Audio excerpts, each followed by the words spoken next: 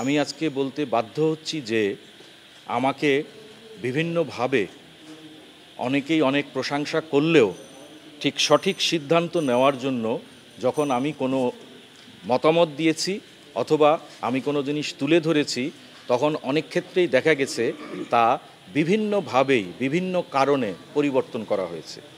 আমি একজন দায়িত্ববান হিসাবে হয়তো এর ডিটেলস কোনো কিছু বলবো না, কিন্তু আমি আজকে আপনাদেরকে প্রিয় সাংবাদিকবৃন্দ যেটা বলতে চাই যে আমাদের প্রত্যাশা ছিল কি ৩৩ বছর পরের একটি জাকসু নির্বাচন। শিক্ষার্থীরা কি চেয়েছেন, এখনও কি চাচ্ছেন?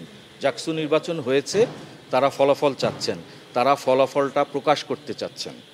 কিন্তু অত্যন্ত দুঃখের সাথে জানাচ্ছি যে এই সমগ্র প্রক্রিয়া যেভাবে বিতর্কিত করা হয়েছে, যেভাবে এই প্রক্রিয়াগুলো সম্পাদন করা হয়েছে এবং সর্বশেষ এই ত্রুটিগুলোকে দূর করার জন্য যে সকল পদক্ষেপ নেওয়ার জন্য বলা হয়েছে করা হয়েছে, তার কোনোটাই গ্রহণ করা হয়নি।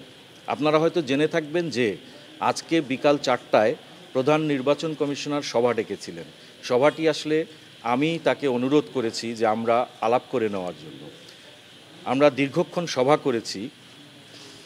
আমি আসলে এই অংশটুকু না বলেই পারছি না যে এক পর্যায়ে যখন আসরের নামাজের শেষ হয়ে যাচ্ছে তখন আমি উঠে নামাজ পড়তে গিয়েছি।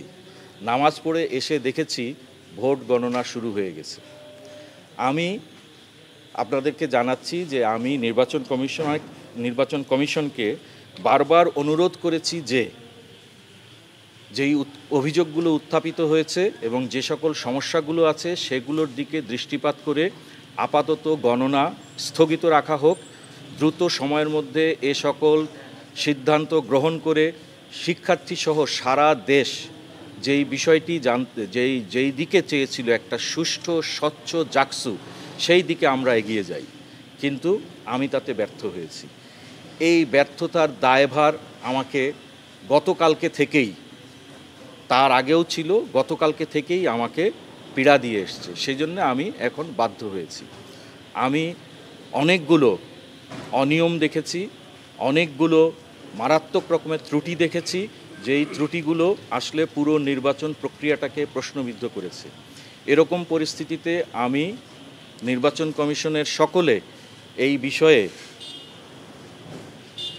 যেটা বলবো যে একমত পোষণ করলেও বিশেষ কিছু কারণে তারা আমার যে মতামতটা, এই মতামতটা গ্রহণে অপারগতা প্রকাশ করেছেন।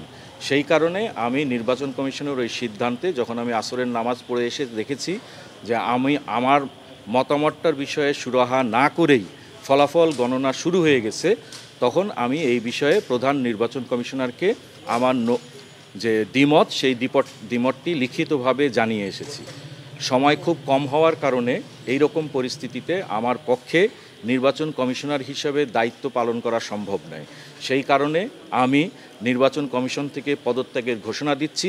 আমি অতি দ্রুত এই সংক্রান্ত যে লিখিত বক্তব্য তা আপনাদেরকে এবং নির্বাচন কমিশনকে জানিয়ে দিব।